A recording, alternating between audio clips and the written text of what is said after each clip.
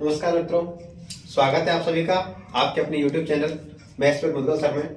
मैं हूं बलराम मुद्गल, आप सभी का बहुत बहुत स्वागत करता हूं। सबसे पहले तो मैं आप सबसे क्षमा चाहता हूं कि 4-5 दिन में आज वीडियो अपलोड कर रहा हूं, जिसका कारण मेरे उन मित्रों को तो पता ही है जो मेरे साथ व्हाट्सएप पर जुड़े हुए हैं। उनको मैंने स्टेटस के माध्यम से बताया था कि मेरे फूफा जी मेरे एक्सपायर हो गए हैं, इसकी वजह से 4-5 दिन का गैप लग गया है। बाकी ईश्वर पता नहीं क्या चाहते हैं, बहुत कम एज में फूफा जी एक्सपायर हुए। कमी तो ऐसी है जो कभी पूरी नहीं की जा सकती, बट क्या करें, तो ईश्वर को मंजूर होता है वही हो पाता है। अब यही मंजूर था तो यही सही, क्योंकि सबको अपने अपने काम तो करने पड़ते ही हैं। तो फिर से हाजिर हैं अपन अपनी यात्रा में। चलिए अपन अपनी इस यात्रा को आगे प्रारंभ करते हैं। यहीं से अपन पढ़ रहे थे चक्रवृद्धि ब्याज, कंपाउंड इंटरेस्ट। 5 दिन की क्लास अपन की इससे पहले हो चुकी है, आज 6ठे दिन की क्लास है। 5वीं क्लास को आप सभी लोगों का थोड़ा कम प्यार मिल पाया है, तो 5वीं क्लास को भी देखें जिन्होंने 5वीं क्लास नहीं देखी है अभी तक। और वीडियो को लाइक, शेयर और सब्सक्राइब करना आप नहीं भूलें। जो लोग नए हैं वो जो चैनल को सब्सक्राइब करें, और जिन्होंने सब्सक्राइब कर लिया है वो बेल आइकन भी दबा दें, है ना, घंटी वाला निशान, जिससे क्या है कि जब भी कोई नया वीडियो अपलोड हो आपको नोटिफिकेशन उसका मिल जाए। चलिए अपन चक्रवृद्धि ब्याज पढ़ रहे थे। चक्रवृद्धि ब्याज में अपन ने क्या देखा 2-3 दिन में, 5 दिन जो क्लास हुई है उसमें क्या क्या देखा था अपन ने, एक बार थोड़ा सा मैं बता देता हूँ, क्योंकि अभी बीच में 4-5 दिन का गैप लग गया। तो अपन ने सबसे पहले परसेंटेज पढ़ी थी और एक भिन्न पढ़ी थी, फ्रैक्शन, है ना। इंग्लिश में फ्रैक्शन बोलूंगा भी तो फ्रैक्शन का मतलब है भिन्न। तो अपन ने परसेंटेज और फ्रैक्शन या परसेंटेज प्रतिशत और भिन्न के बारे में उनके रिलेशन पढ़े थे सबसे पहली क्लास में, है ना। 1/1 कितना होता है 100%, 1/2 कितना होता है 50% मतलब 50%, है ना। 1/3 को अपन ने 33 सही 1/3% लिखा था, और वो कैसे लिखे थे वो भी मैंने बताया था आप लोगों को, ठीक है। तो याद होगा शायद वो, और अगर भूल गए हो तो मैं एक बार एक एग्जांपल से दोनों चीजों को बता देता हूं कि कैसे भिन्न को प्रतिशत में बदलते हैं और कैसे प्रतिशत को भिन्न में बदलते हैं। जैसे मान लो मैंने ले लिया 1/5, जैसे मान लो मैंने 1/5 लिया। अब 1/5 क्या है, पहली बात 1/5 का मतलब समझे आप। 1/5 का मतलब है कि एक चीज के या तो 5 हिस्से कर लें अपन। एक चीज के अगर मान लो कोई भी एक वस्तु है अपने पास में, या कोई एक राशि है, उसके अपन अगर 5 हिस्से करें और उसमें से एक हिस्सा जो होगा वो 1/5 कहलाएगा। छोटी क्लास में जब अपन पढ़ते थे तो याद हो अगर आपको, तो इस तरह से बनाते थे, है ना। अब इसके अपन को 5 हिस्से करने हैं तो कैसे करते थे, इसके बीच में 4 लाइन खींच दो, इसके 5 हिस्से हो गए बराबर के, तो हर एक हिस्सा क्या कहलाएगा, ये 1/5 है। मतलब 1 का 5वां हिस्सा 1/5 कहलाता है। तो मैंने 1/5 लिखा है, तो मैं लिख रहा हूं इसको 1 में से कितना है, 1 में से 1/5 है। जब मुझे प्रतिशत बनाना है तो मुझे लिखना है कि वो 100 में से कितना है। 1 में से अगर 1/5 है तो 100 में से कितना होगा, भाई 1 में से 1/5 है ना, तो 100 में से कितना होगा, 100 में से कितना होगा तो क्या करूंगा, इसको 100 से गुणा कर दूं, है कि नहीं भाई। 1 में से 1/5 में बोलूं कि 1 में से इतना, तो 2 में से कितना, उसका 2 गुना। मैं बोलूं 3 में से कितना, कोई भी चीज 1 में से 1/5, तो 2 में से कितना है, इसका 2 गुना। 3 में से इसका 3 गुना। ऐसे 100 में से कितना होगा, इसका 100 गुना होगा। तो जब मैं इसको 100 गुना कर दूंगा तो ये प्रतिशत में बदल जाएगा। प्रतिशत का मतलब भी क्या होता है, 100 में से कितना, प्रतिशत, है ना। प्रत्येक 100 पर, प्रति मतलब प्रत्येक और शत मतलब 100, तो प्रत्येक 100 पे कितना, या इंग्लिश में भी बोला तो पर मतलब प्रत्येक हुई। और सेंट, सेंट किसको बोलते हैं, 100 को बोलते हैं। जैसे सेंचुरी में आता है सेंट, है ना, तो सेंचुरी मतलब 100 ईयर्स को बोलते हैं सेंचुरी। तो इंग्लिश में जो सेंट वर्ड है ना, सेंट, तो जो सेंट वर्ड है ये 100 के लिए यूज में लेते हैं, और पर मतलब प्रत्येक, तो वही बात है वो 100 में से कितना। तो मैंने बताया था आपको कि भिन्न को अगर अपन को परसेंटेज में बदलना है तो अपन क्या कर देंगे, 100 से गुणा कर देंगे। और इसको मैं काट लूं तो 20 आ जाएगा, तो 20% हो गया। आगे समझ में। तो भिन्न को अगर परसेंटेज में बदलना है तो 100 से गुणा कर दो। इसका जस्ट उल्टा, अगर अपन को परसेंटेज को भिन्न बदलना हो तो क्या कर दो, 100 का भाग दे दो। यही 20% को मान लो वापस में किसमें बदलूं, भिन्न बदलूं, तो परसेंटेज तो हटा दूंगा और परसेंटेज का मतलब लिख दूंगा। परसेंटेज का मतलब क्या है, पर मतलब प्रत्येक, तो बटे सेंट 100, या प्रति मतलब बटे शत मतलब 100। 20/100 करूंगा 1/5 आ जाएगा। ठीक है, इस तरह से मैंने सबसे पहली क्लास में आपको बताया था कि एक भिन्न को किस तरह से प्रतिशत में बदला जाता है, और या फिर प्रतिशत को भिन्न अपन कैसे बदलते हैं। अपन के तो मोस्टली क्या होता है, परसेंटेज दे रखी होती है, प्रतिशत दे रखा होता है, तो प्रतिशत को अपन पहले कैसे बदलेंगे, भिन्न में बदलेंगे। तो प्रतिशत को भिन्न में बदल के फ्रैक्शन में चेंज करके और अपन ने उससे क्वेश्चंस को सॉल्व करना सीखा था। उसके बाद अपन ने क्वेश्चन सॉल्व किए थे, चक्रवृद्धि ब्याज के बारे में पढ़ा था कि चक्रवृद्धि ब्याज होता क्या है। तो चक्रवृद्धि ब्याज के बारे में मैंने बताया था कि जब पहले साल का ब्याज हो जाता है, पहले साल का ब्याज आ जाता है साधारण रूप से, है ना, जो साधारण ब्याज होता है उसी तरह से पहले साल का जब ब्याज आ जाएगा तो चक्रवृद्धि ब्याज और सरल ब्याज में मैंने अंतर बताते समय यह बताया था कि सरल ब्याज में तो क्या होगा, हर बार केवल मूलधन पर ब्याज लगता है, जबकि चक्रवृद्धि ब्याज में क्या होता है कि एक साल का जब ब्याज आ जाएगा तो अपने पास में एक नया मिश्र धन आ जाएगा, है ना। ऐसे मान लो कि हर साल हिसाब करना होता है, उसमें पहले साल आ गया, हिसाब कर लिया, जितने रुपए हो गए, मान लो कि 100 रुपए के कितने हो गए, 110 रुपए हो गए एक साल में ब्याज के सहित। तो अब अगली साल का ब्याज 110 रुपए पर लगेगा, जबकि साधारण ब्याज में हर बार 100 रुपए पर ब्याज लगता है। या फिर मैंने इसको दूसरी तरह समझाया था कि इसको मैं ऐसे लिख दूं कि 100 रुपए पे मान लो कि 100 तो इसका मूलधन है ही है और 10 रुपए इस पे ब्याज लगे, तो अपन ने इसको इस तरह से सॉल्व किया था, 100 पे अलग ब्याज निकाला था और 10 पे अलग ब्याज निकाला था, बाद में दोनों को जोड़ दिया। इस तरह से अपन ने क्वेश्चन को सॉल्व करना सीखा था, है ना।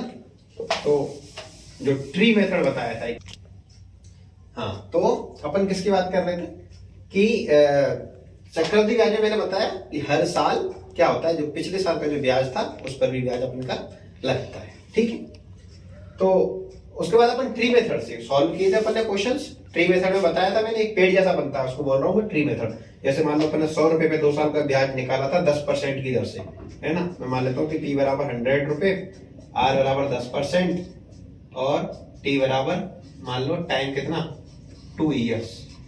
ठीक है, तो अपन को मान लो कि यहाँ पे चक्रवृद्धि ब्याज CI कंपाउंड इंटरेस्ट याद करना है। तो अपन ने एक पेड़ जैसा बना के और इससे निकाला था। 100 रुपए अपन का क्या है, मूलधन है। पहली बार जब ब्याज निकालेंगे 100 रुपए का 10% आएगा, और 100 मैंने बताया 10%। बस अपन को क्वेश्चन सॉल्व कैसे करने, 10% ना निकाल के अपन उसका 1/10 निकाल देंगे। 10% होता ही 1/10 है, तो 10% की जगह कितना निकाल देंगे अपन उसका 1/10। और 1/10 निकालने का मतलब है कि उसका 1/10 से गुणा कर दो 100 का, है ना। तो 100 का जब मैं 1/10 निकालूंगा, 1/10 निकालने का मतलब 10 का भाग देना। ये पहली साल में 10 आता है, दूसरी साल में क्या होता है, ये दूसरी साल में 100 पे तो 10 ही आएगा, और जो अपने पास पहले साल का ब्याज आया 10 रुपए, इस पर भी 1 रुपए का ब्याज आ जाएगा। बातों को याद करो, क्या क्या बताया मैंने इसमें। मैंने बताया कि जो पहली लाइन इधर आएगी उन सबको जोड़ने पर अपन का साधारण ब्याज आएगा। कितना हो रहा है यहाँ पे 10 और 10 20 रुपए हो रहा है, और ये 20 रुपए क्या होगा अपन का साधारण ब्याज होगा। और क्या क्या बताया था मैंने इसमें, मैंने ये बताया था कि जो पहली लाइन आएगी वो पहले साल का ब्याज होगा, जो दूसरी लाइन आएगी वो दूसरे साल का ब्याज होगा। अगर अपन 3 साल का निकालेंगे तो तीसरी लाइन आएगी वो तीसरे साल का ब्याज होगा। इस तरह से मैंने आपको सॉल्व करना ये भी बताया था। और क्या बताया था मैंने इसमें, और मैंने ये बताया था इसमें कि पहली जो आडी लाइन है इसमें आ गया क्या, साधारण ब्याज, और इसके नीचे जितनी लाइन बच रही है उन सबको जोड़ने पे जो आएगा वो होगा अपन का कंपाउंड इंटरेस्ट और सिंपल इंटरेस्ट का अंतर, मतलब चक्रवृद्धि ब्याज और साधारण ब्याज का अंतर आएगा, है ना। तो अभी तो एक ही लाइन आ रही है, एक है, ये क्या है, एक अपन का चक्रवृद्धि ब्याज और साधारण ब्याज का अंतर, और इन सबको जब मैं जोड़ दूंगा तो ये क्या हो जाएगा 21 रुपए, और ये 21 क्या हो जाएगा अपन का CI। इस तरह से अपन ने क्वेश्चन सॉल्व किए थे, ठीक है, स्टार्टिंग में। उसके बाद अपन ने क्या देखा था, उसके बाद अपन ने परसेंटेज के बेस पे सॉल्व किए थे क्वेश्चन। जैसे परसेंटेज कितनी दे रखी है, R बराबर 10% दे रखा है। 10% का मतलब कितना होता है 1/10, है ना। और साल कितने हैं, दो साल अपने पास में। तो मैंने क्या कहा था कि 10 का 2 बार गुणा कर दो, 10 का 2 बार गुणा कर दो। कितने बार गुणा करेंगे, जितने टाइम का अपन को ब्याज निकालना होगा। 2 साल का निकालना है तो 10 का 2 बार गुणा करेंगे, 10 गुणा 10 कितना आएगा 100। ये अलग बात है कि यहाँ पे भी 100 दे रखा है मूलधन। बाकी मैंने क्वेश्चंस को करने का तरीका बताया था कि इसमें क्या बताया था मैंने कि अपन 100 रुपए को मूलधन मान के चलेंगे, और उसके बाद आपको एक अनुपात की तरह से, मैंने अनुपात से क्या बताया था क्वेश्चंस को सॉल्व करना बताया था, अनुपात से क्वेश्चंस को कैसे सॉल्व करते हैं। मान लेते हैं इसी को, मान लेता हूँ कितना 500 रुपए, कितना मान लूँ इसको मैं 500 मान लूँ, है ना। तो अपन करेंगे कैसे इसको, अनुपात से जो बताया था मैंने, शायद तीसरे या चौथे दिन बताया था। तो अनुपात से अगर अपन को करना है तो कैसे करेंगे, रेट कितनी दे रखी है, दर कितनी है, 10% है। 10% का मतलब 1/10। 2 साल का ब्याज निकालना है तो 10 को 2 बार गुना करेंगे, 10 गुना 10 100। 100 रुपए को अपन मूलधन मान लेंगे। सारा क्वेश्चन ऐसे कैसे होगा, अब मान लो मुझे क्या निकालना है, मान लो मुझे निकालना है अब यहां से चक्रवृद्धि ब्याज ही निकालना है कि कितना आया, है ना, कंपाउंड इंटरेस्ट निकालना है। तो मैं अनुपात देखूंगा, मैंने क्या बताया था कि अनुपात आ गया अपने पास में, मूलधन और चक्रवृद्धि ब्याज का एक अनुपात आ गया कि अगर 100 रुपए मूलधन है तो 21 रुपए चक्रवृद्धि ब्याज आएगा, ठीक है। लेकिन वास्तव में अपने पास मूलधन 100 है क्या, नहीं है, कितना है 500 है। तो अपन देखेंगे कि ये 500 जो है वो 100 का कितना गुना है। तो 500 कितना गुना आएगा 100 का, 100 पंजे 500, 5 गुना है, 100 5 500, 5 गुना हो गया। तो अगर मूलधन मेरा 5 गुना है, इनमें से कोई सी भी राशि अगर अपने एक अनुपात दे रखा है अपन को, जैसे कि मूलधन कितना गुना है इसका 5 गुना है, तो बाकी सब भी 5-5 गुने होंगे। जैसे मैं साधारण ब्याज की बात करूं तो ये कितना हो जाएगा 20 गुना 5, 100 रुपए क्या हो जाएगा साधारण ब्याज। अगर मान लो वो अंतर पूछे कि अंतर कितना आएगा, तो CI माइनस SI कितना हो जाएगा 1 का 5 गुना, तो 1 गुना 5 मतलब 5। अगर मैं पूछूं कि चक्रवृद्धि ब्याज कितना होगा, तो चक्रवृद्धि ब्याज कितना हो जाएगा 21 का 5 गुना, है ना, और 21 का 5 गुना 105 रुपए। आगे समझ में। तो इस तरह से अपन ने क्वेश्चन सॉल्व किए थे अनुपात से। इसके अलावा क्या किया था अभी तक अपन ने, क्या सीखा है, इसके अलावा अपन ने सीखा है 3 साल का ब्याज निकालना सीखा था। इसके अलावा अपन ने 3 साल का ब्याज निकालना भी सीखा था। 3 साल का ब्याज निकालना कैसे सीखा अपन ने, देखो सबसे सीधा सवाल लेता हूं। मान लो कि P बराबर 1000 रुपए, R बराबर वापस 10% और टाइम 3 साल का। बस नहीं लग रहा क्या निकालना है, सब निकालेंगे। क्या क्या निकालेंगे, चक्रवृद्धि ब्याज निकालेंगे, साधारण ब्याज निकालेंगे, चक्रवृद्धि ब्याज और साधारण ब्याज का अंतर निकालेंगे, तीसरे साल का ब्याज भी निकालेंगे, ठीक है। चलिए, तो सबसे पहले 1000 कैसे भी ले लो 1000 ही आएगा। मैंने जानबूझ के एक संख्या ऐसी दी है। अगर अपन परसेंटेज से भी लेते हैं ना, तो R बराबर कितना दे रखा है 10%, और 10% का मतलब 1/10, ठीक है। अब अपन को टाइम कितना दे रखा है 3 साल का, है ना, 3 साल का टाइम दे रखा है। तो 10 को 3 बार में गुना करूं, 10 गुना 10 गुना 10 कितना आएगा 1000 आएगा भाई। 1 के ऊपर 3 जीरो, 1 2 3 जीरो, 1 के ऊपर 3 जीरो मतलब 1000। तो अगर मैं मान के भी करता हूं ना कि दर के हिसाब से, मैं रेट के हिसाब से करूं जैसे मैंने आपको सिखाया है ना, तो उस अनुपात वाले तरीके से करना, तो उसमें भी कितना मानना पड़ेगा अपन को 1000 मूलधन मानना पड़ेगा। तो इसीलिए मैंने थोड़ा क्वेश्चन क्या है, पहले 1000 माना है, कैसे भी करो 1000 से स्टार्ट करना है, ठीक है भाई। चलिए, क्या क्या बताया था मैंने इसमें कि अपन सबसे पहले साल का ब्याज निकालेंगे। पहले साल का ब्याज क्या आएगा, इसका 1/10। 1/10 का मतलब 10 का भाग, और जब 1000 में 10 का भाग देंगे तो क्या होगा 1000/10, 10 का भाग देंगे। देखो भाग को हमेशा ऐसे ही लिखा करो आप लोग बटे में, अब है ना, जिसका भाग देना है उसको नीचे और जिसमें देना है उसको ऊपर। 10 का भाग देना है अपन को 1000 में, तो क्या कर देंगे 1 जीरो से 1 जीरो काटेंगे, नीचे तो 1 बच रहा है, 1 का भाग किसी में भी तो उतना ही आएगा। तो जब मैं इसका 1/10 करूंगा तो कितना आएगा ये 100 रुपए आएगा, ठीक है। 10 का जब भी भाग दो 1 जीरो कम कर दो, और 1 जीरो अगर ना हो तो पॉइंट लगा दो। पता होगा ना, जैसे मैंने 523 में अगर 10 का भाग दूं तो यहाँ तो जीरो है ही नहीं, जीरो नहीं है तो 1 जीरो घटाओ और 1 डिजिट पहले, 1 अंक पहले पॉइंट लगा दो, कितना आ जाएगा 52.3, ठीक है। चलिए, तो अपन ये कर रहे थे अभी 1000 का सबसे पहले 1/10 निकाल लेंगे, पहले साल का ब्याज आ जाएगा, है ना 100 रुपए।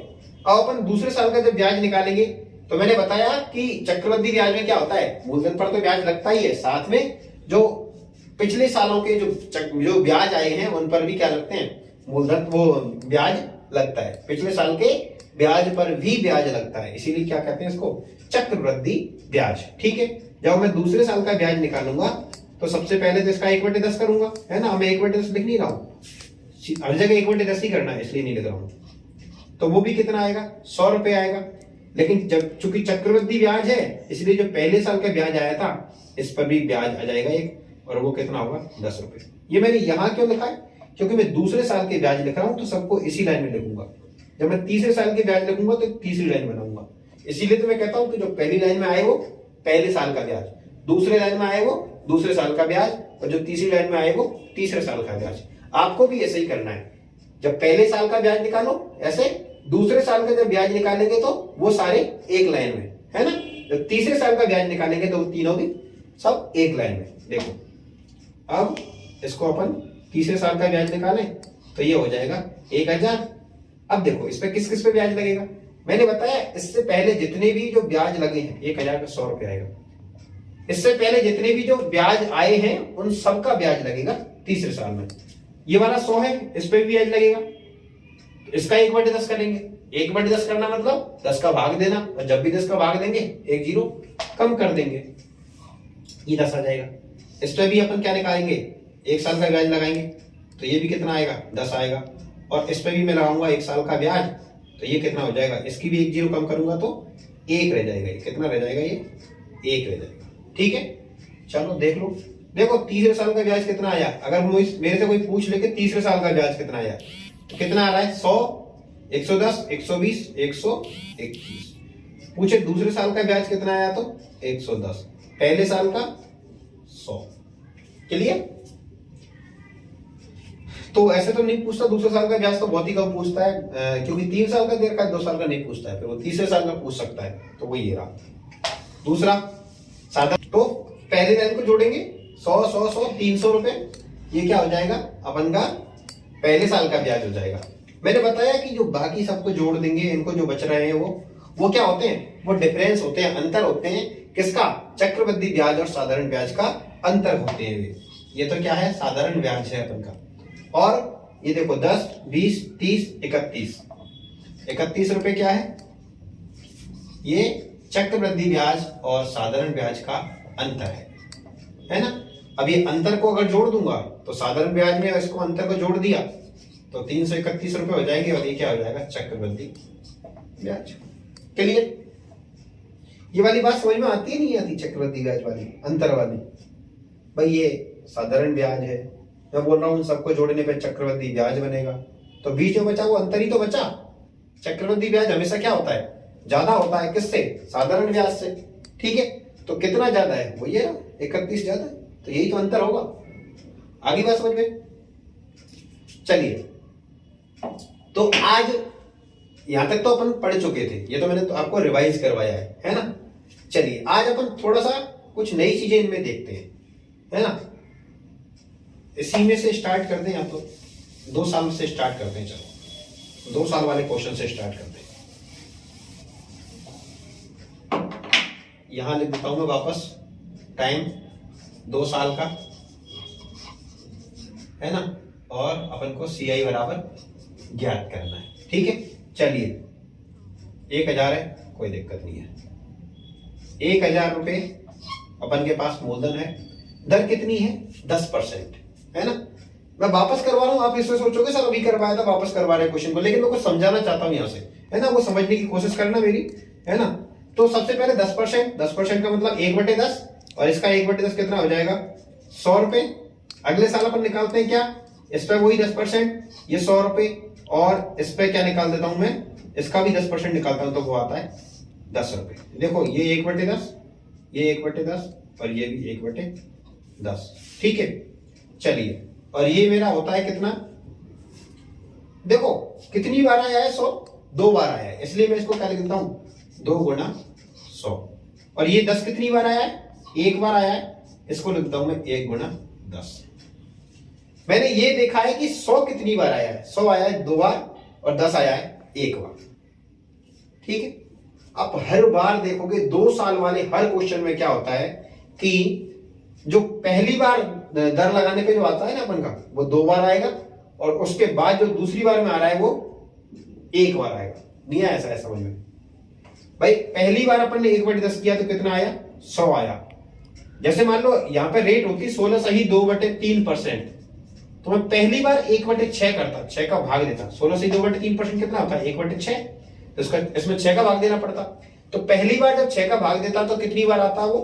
जैसे ले लेता हूं इसको, एक और क्वेश्चन देखते हैं। अगर T बराबर 216, R बराबर 16 सही 2/3%, है ना, और टाइम बराबर 2 साल का, 2 ईयर्स। टाइम बराबर 2 ईयर्स, 2 साल का समय, और मुझे चक्रवृद्धि ब्याज ज्ञात करना है। ठीक है, तो पहली बार क्या करूंगा? 216 का 16 सही 2/3%। 16 सही 2/3% कितना होता है? ये 1/6 होता है। तो मैं इसका 1/6 करूंगा पहले, 6 का भाग दूंगा। 216 में जब 6 का भाग दोगे ना आप लोग, तो कितना आएगा? 36 आएगा। वो कितना आएगा? 36। देखे दूसरी साल जब निकालूंगा तब भी कितना आएगा? 216 में 36 ही आएगा, और इस पे कितना हो जाएगा? 6। देखो 1/6 किया और 1/6 किया, और वापस यहाँ पे भी 1/6 किया। तो देखो जो पहली बार 1/6 करने पे आता है, पहली बार 1/6 करने पे क्या आता है? 36। तो वो कितनी बार आया? 2 बार। मैं इसको लिख दूं 2 गुणा 36। और जो दूसरी बार 1/6 करने पे आया है वो कितनी बार आया है? 1 बार। तो इसको मैं लिख दूं 1 गुणा 6। क्यों लिख रहा हूं मैं इसको 2 गुणा 100 और 1 गुणा 10, या 2 गुणा 36 और 1 गुणा 6? क्योंकि इससे हम डायरेक्ट याद रखेंगे। क्या याद रखेंगे? एक कोड याद रखेंगे 2 साल के लिए। कौन सा? वो कोड हो गया अपन के पास 2 1। क्या हो गया? 2 1 रह जाएगा याद। 2 1 कोई दिक्कत नहीं है। क्यों रखेंगे यार 2 1? देखो 1 मिनट कितना आ रहा था यहां से। तुम ऐसे जस्ट पहले क्वेश्चन किया था वो देखो, 100 रुपए वाले जो क्वेश्चन किया था, वापस इसको बताया तुम। चलो 1000 रुपए पहली साल निकालेंगे, 100 रुपए दूसरी साल निकालेंगे तो भी 100 रुपए, और कितना 10 यह भी किया था ना। ये 200, ये तो 200 हो गए, और ये 10 हो गए। कितना हो गया? 210 रुपए ब्याज हो गया। कुल मिला के अपन का इसी क्वेश्चन का आंसर कितना आ रहा है? 210 आ रहा है। ठीक है, चलो अब ये 210 अपन कैसे निकालेंगे? ऐसे निकालेंगे अपन 210। हाँ भाई, कितना प्रिंसिपल है? मूलधन कितना है? 1000 रुपए। रेट कितनी है? 10%। 10% का मतलब 1/10। ठीक है, पहली साल क्या निकालेंगे? कितने साल का है ब्याज निकालना है? 2 साल का, है ना। तो 2 बार अपन कर देंगे इसका 1/10। जितने साल का ब्याज निकालना है उतनी बारी रेट लगाएंगे। रेट लगाने का मतलब है 10% लगाना, 10% लगाने का मतलब है 1/10 करना। तो इस पर दर लगाएंगे अपन, इसका 1/10 करेंगे, कितना आ जाएगा? 100 आ जाएगा। 2 साल का निकालना है इसलिए कितनी बार करेंगे? 2 बार करेंगे। ठीक है, तो पहली बार में 100 आएगा, और इसका भी मैं 1/10 करूंगा तो कितना आएगा? 10 आएगा। अभी आपको याद ना रहे इसलिए यहाँ पे लिख भी लेना, इसका 1/10, और ये भी इसका 1/10, जिससे याद रह जाएगा। ठीक है, अब मैंने क्या बताया? कोड बताया था 2 1, है ना। आपको याद होगा आंसर कितना आया था इसका? 210 आया था। तो यहाँ पे इसको मैं 2 से गुणा कर दूंगा, और इसको कर दूंगा 1 से गुणा। ये तो हो गया 200, और ये हो गया 10, दोनों को जोड़ूंगा 210। ये मेरा आंसर है। बिल्कुल सेम ऐसे कैसे। और जो पहली बार यहाँ पे भी ऊपर आएगा ना पहली लाइन में, वो क्या होगा? वो अपन का साधारण ब्याज होगा। इसके बाद नीचे जो कुछ आएगा वो अंतर होगा दोनों का। सबको जोड़ने पे जो आएगा वो चक्रवृद्धि ब्याज होगा। आई बात समझ में? कोड याद रखना है 2 साल के लिए। कौन सा? 2 1। 2 साल का निकालना है तो कितनी बार दर लगाएंगे? 10% का मतलब 1/10 होता है। कितनी बार करेंगे 1/10? 2 बार करेंगे, है ना। पहली बार में 1000 का हो गया 100, दूसरी बार में हो गया 10। ठीक है, और लास्ट में क्या कर देंगे? 2 से गुणा किया है, 2 मतलब 2 से गुणा, 1 मतलब 1 से गुणा, और दोनों को क्या कर दिया अपन ने? जोड़ दिया। आ गया, काफी जल्दी आ गया ना इसका आंसर। क्या कर दिया अपन ने? 2 1 कर दिया डायरेक्टली। तो 2 साल का कोड याद रखना है अपन को, 2 1। ये उतार लिया होगा आप लोगों ने, है ना। चलिए, तो 2 साल का कोड अपन याद रखेंगे। क्या? 2 1। ये वाला क्वेश्चन करके देखते हैं। चलो इससे देखो कितना है? 216। दर कितनी है? अब ये लिखने की जरूरत नहीं है, तुमको लिखने की जरूरत थोड़ी है, मैं तो समझाने के लिए लिख रहा हूं कि दर हमारी 16 सही 2/3% है, और 16 सही 2/3% का मतलब 1/6 होता है। अब ये बात तुमको बताने की जरूरत थोड़ी है, तुमको तो याद रहेगी, तुम्हारे दिमाग में होनी चाहिए चीज। तो 216 है मेरे पास। कितना है? 216। 216 का क्या करूंगा मैं? 1/6 कितना हो जाएगा? 36। 2 साल का निकालना है ब्याज, इसलिए क्या करूंगा, इसका भी 1/6 और 36 में 6 का भाग दूंगा तो 6 आ जाएगा। कितना आ जाएगा, 6। ठीक है, और जब मैं इसका ब्याज निकालूंगा तो कितना हो जाएगा, 2/1। देखो यहाँ पे भी क्या किया था अपन ने, ये 2 गुणा 36 और 1 गुणा 6, यही तो किया था। तो 36 दूनी 72 और 6 एकम के 6, दोनों को जोड़ूंगा तो 78। ये क्या आ गया, मेरा 2 साल का चक्रवृद्धि ब्याज। ठीक है, यहाँ पे भी ऐसे आया था, वो तो यही होते 36 दूनी 72 और 6 एकम के 6, दोनों को जोड़ने पे भी कितना आता, 78 आता। आगे वही बात समझ में, तो कोड याद रखना है 2/1। चलो फटाफट इससे अपन क्वेश्चंस करेंगे, है ना। अब क्वेश्चंस लेते हैं 2 साल के चक्रवृद्धि ब्याज के, और 2/1 से फटाफट करते हैं। ऐसे 3 साल का ही बताएंगे कोड। चलिए क्वेश्चन है अपन का, इंक और थोड़ी कम पड़ रही है। मूलधन ले लेता हूं मैं कितना, चलिए मूलधन लेते हैं अपन कितना भी, मान लो कि 245, 2450 रुपए मान लो मैंने मूलधन ले लिया, 2450।